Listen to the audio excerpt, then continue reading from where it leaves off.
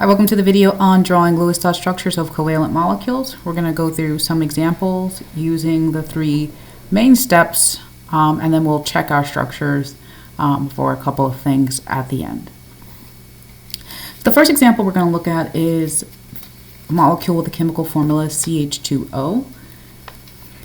So the steps are listed here on the side. The three steps are to count the total number of valence electrons, draw a skeletal structure, that's where you pick your central atom and attach all other atoms to that central atom with single bonds, and then to draw the Lewis dot structure by arranging the remaining electrons so every atom that needs an octet has an octet. So looking at CH2O, let's start with the total number of valence electrons. We have one carbon atom in this molecule, two hydrogens, and one oxygen. Carbon is in group 14, so it has 4 valence electrons. Hydrogen is in group 1, so it has 1 valence electron, and there are 2 of them. And the oxygen is in group 16, it has 6. So when I do 4 plus 2 times 1, which is 2, plus 6, I get a total of 12 valence electrons. These are the number of electrons I have to work with in my structure. Now we're going to go to the skeletal structure. So for our skeletal structure, we have to figure out what's our central atom and then connect everything to it with single bonds. In this, remember the central atom will be the one that's the least electronegative, and hydrogen can never be a central atom since it can only form one bond. So in this case, that leaves carbon. Carbon is the least electronegative, and of course hydrogen can't go in the center, so we have this as our skeletal structure. Carbon in the center, and then I attached the other atoms to it with single bonds. Now when making the skeletal structure, I've used up 2, 4, 6 electrons. Remember each bond has 2 electrons in them, and I've got 3 of them, so I've used up 6 of the 12 I had. That means I have 6 remaining, so I'm just kind of keeping track. What I'm going to use that 6 for is to give every atom an octet that needs it, and I'm going to start by arranging those 6 electrons on the terminal atom. So remember an octet means 8 electrons in total, or 4 pairs of electrons surrounding that atom. And starting with my terminal atom, the oxygen, it needs all 6 of the remaining electrons to get an octet. But when I look at my structure, I notice that carbon doesn't have an octet. So what do I do then? In the case where you have an atom that needs an octet that doesn't have it, you're going to likely have multiple bonds. And you get those multiple bonds by taking lone pair electrons, typically from the terminal atom, and shifting it in between the atoms to form an extra bond. So now I get as my Lewis dot structure a carbon-oxygen double bond. There are 2 lone pairs remaining on the oxygen, and I'll just draw those on the side. It doesn't really matter where you put them. And then, of course, the hydrogen bonds. That's example 1. Now, if I wanted to check the structure, what I would look for is, 1, that every atom that needs an octet has it. So if we look at the carbon, it has 2, 4, 6, 8 electrons around it, so it's good. And the oxygen, 2, 4, 6, 8 electrons around it. All right, so any bond that's touching that atom, you count as 2, and any lone pair that's touching that atom, you count as 2. So this is good. The other thing you want to look for is that you use the right number of valence electrons. If I count the total number of electrons in the structure, 2, 4, 6, 8, 10, 12, that's what I started with. So this structure looks good. All right, now we're going to go over to the next one, NBr3. So once again, I start by counting the total number of valence electrons. I have 1 nitrogen and 3 bromines. Nitrogen has 5 valence electrons, the bromine has 7. So 5 plus 3 times 7 is 26. Now in this case, my central atom will be nitrogen. So I'm going to stick that in the middle. Now you may be saying, well, wait a second, nitrogen is not the most electronegative. That's okay in this case. There's another thing that we can look for is in the atom, how many unpaired electrons it has. The one with the more unpaired will go into the center. Another final note here is that when you have a structure like this, typically the one that's written first will go in the center. So that's also a neat trick. All right, So here we have our skeletal structure, nitrogen in the middle, and I've attached to that nitrogen the 3 bromines with single bonds, so I've used up 2, 4, 6 electrons. That means I have 20 remaining, so I need to arrange those 20 so that everything that needs an octet has an octet. In this case, all the atoms need an octet. So if I go back to that step, I have my skeletal structure redrawn here. I'm going to start on the terminal atoms. I'm going to give them their octets, 2, 4, 6. So I've used up 6 of the 20. 8, 10, 12, 14, 16, 18. And I have 2 more, 20. So I've used up all the 20 remaining. So let's look at our structure. Let's check to make sure everything has an octet. That bromine has an octet. It has 2, 4, 6, 8 electrons around it. And indeed, all the bromines have an octet. And the nitrogen has an octet, 2, 4, 6, 8. I've also used the 26 electrons. So if you count all the electrons in the structure, you'll see it equals to 26. Let's go on to the next example here in 2. So once again, start with my total number of valence electrons. Each nitrogen has 5 valence electrons because it's in group 15, total of 10. Now I go on to draw my skeletal structure. In my skeletal structure, since this only has 2 atoms, I just connect the 2 nitrogens with a single bond, and I've used up 2 electrons when I did that. That means I have 8 remaining. So I'm going to take those 8 and I'm going to distribute them to try and give every atom an octet. So when we come back here, I'll give this one 2, 4, and this gives one 4 as well. When I look at that structure, I'll notice that both nitrogens do not have an octet. And so again, that means I'm going to have to do a little extra sharing. So the best way to do this is if I take a lone pair from the nitrogen on the left, if I move one at a time, we can see it a little bit more easily. All right, so if I look at this, I see that this nitrogen now on the right has an octet, but the one on the left does not. So what does that mean? Well, the one on the left needs some, and so I'm going to move a lone pair from the one on the right to form another bond in between the 2 nitrogens, and that gives us a nitrogen-nitrogen triple bond. Okay.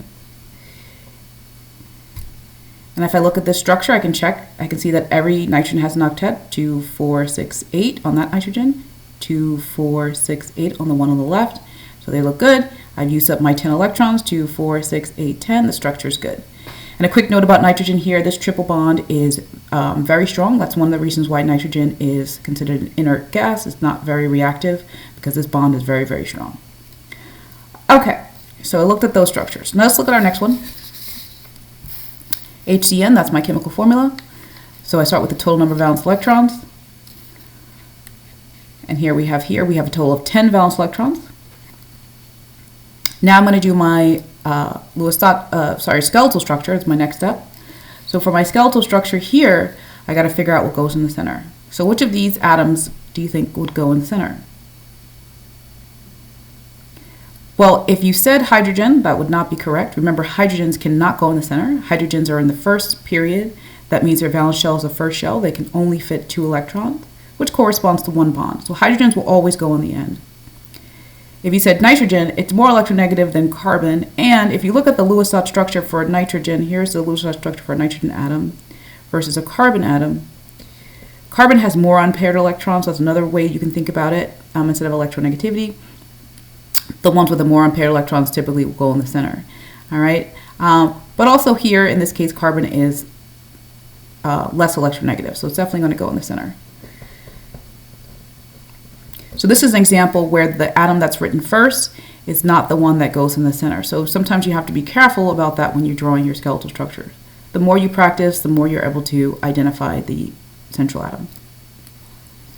Okay, so we have our skeletal structure here. Now our next step is to arrange the remaining electrons. And in this case, we used up 4 in our skeletal structure, so we have 6 remaining.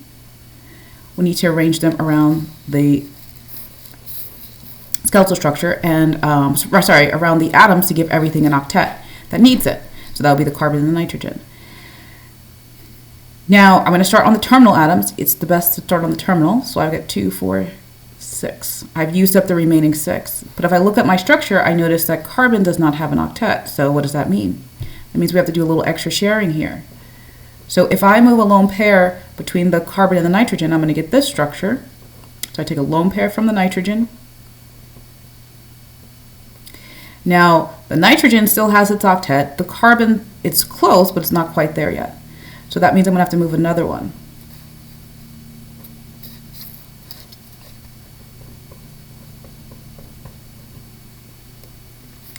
And now we have our structure here. So we can take a look at this structure. We can see that the hydrogen, again, is always good with just one bond, so that's good. Carbon has 2, 4, 6, 8, and has an octet. This nitrogen has 2, 4, 6, 8. All right, so this structure looks good. All right, we're going to look at one last example.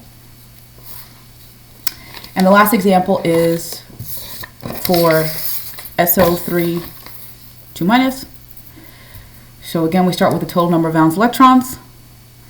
And here's our work for that. It has 26. So let's talk about how we got that 26. Sulfur is in group 16, it has 6. Oxygen is also in group 16, and each of those have 6. So 6 plus 3 times 6, okay? So that gives us 24. So where does the extra 2 come from?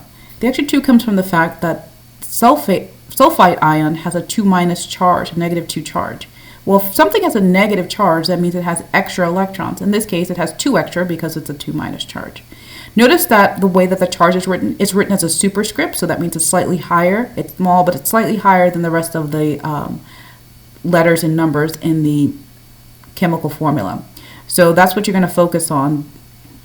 Look at your superscript for your charge. So I have 2 extra electrons there. So that gives me the total of 26. Now once again, I'm starting with my skeletal structure, but you can figure out which one goes in the center here.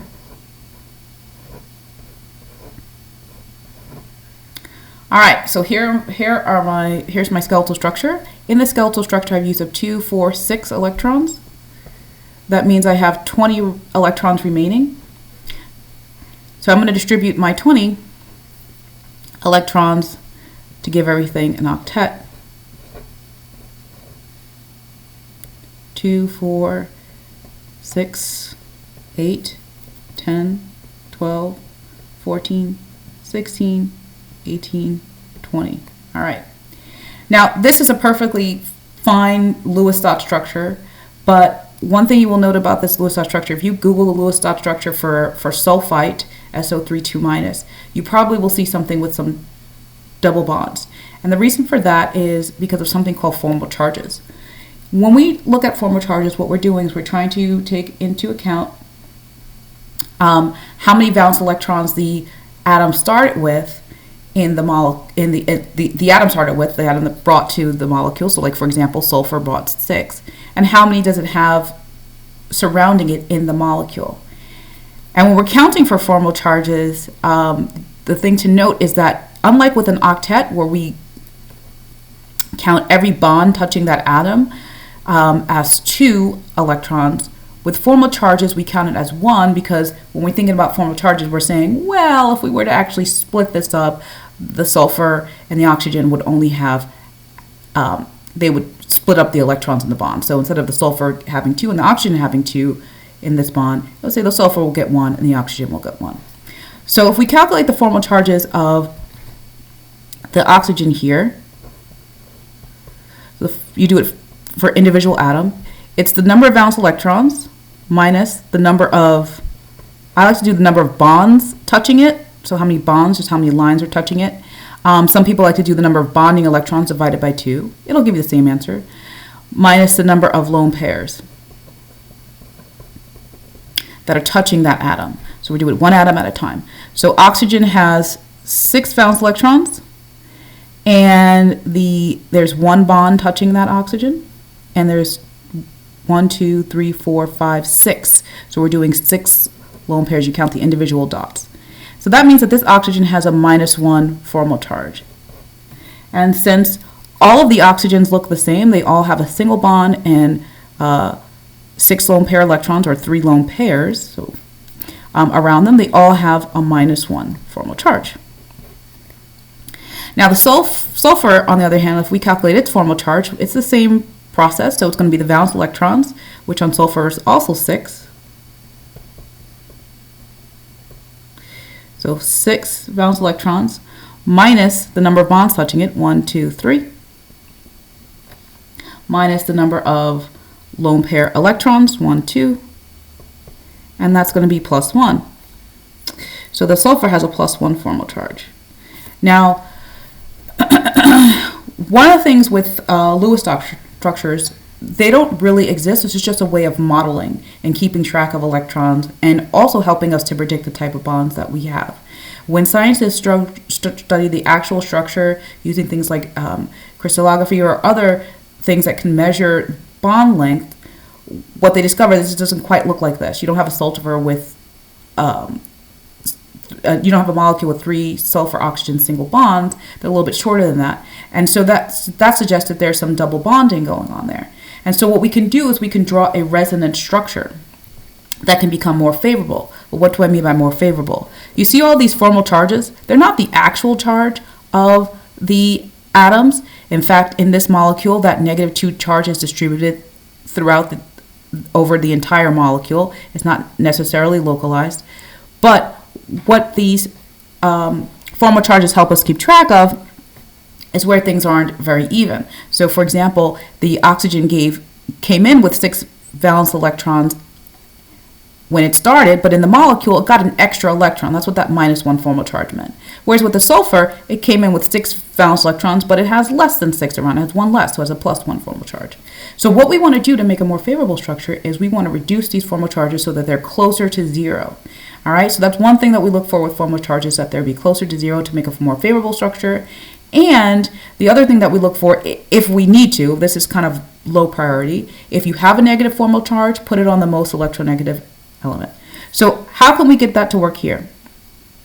What we can do is we can take a lone pair from any of the oxygens and we can shift it so that it forms a double bond between the sulfur and the oxygen. When we do that, we get something like this. So I took it from the bottom one, and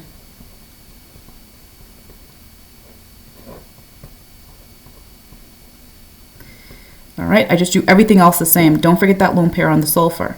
All right, so when I look at this structure now, I see I have, if I calculate the formal charges here, the oxygens are still going to be -1 because they look the same. You have a single bond and 6 lone pairs, right? So those are still going to be -1. But let's calculate this one here.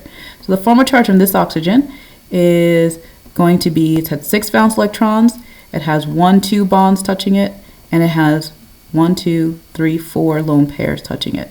So that's going to be 0. So that's good. I don't even have to write the formal charge in if it's 0.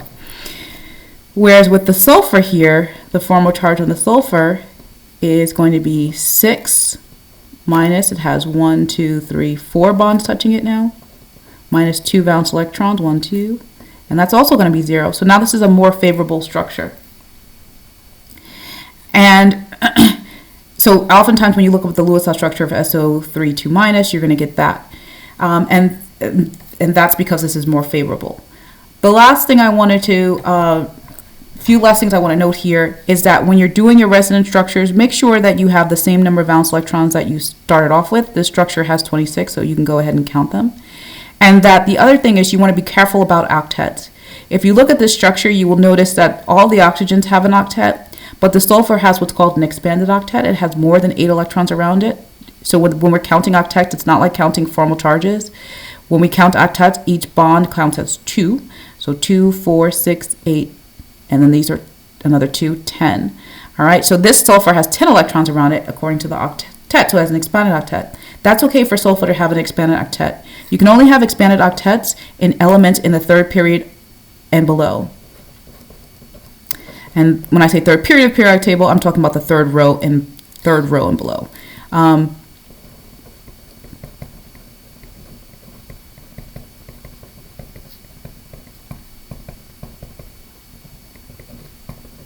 You can't have it in the 2nd or, of course, the 1st, because elements in the 2nd period, their valence shell is in the 2nd shell. And so if you remember, the 2nd shell can only fit 2 electrons, right? So if you're in the 2nd period, you can't have an expanded octet. But if you're in the 3rd or below, you can have an expanded octet. All right, so any of the elements in sort of like this region here, okay, can have an expanded octet. All right, oops, sorry. I hope you found this video helpful. Have a quality day.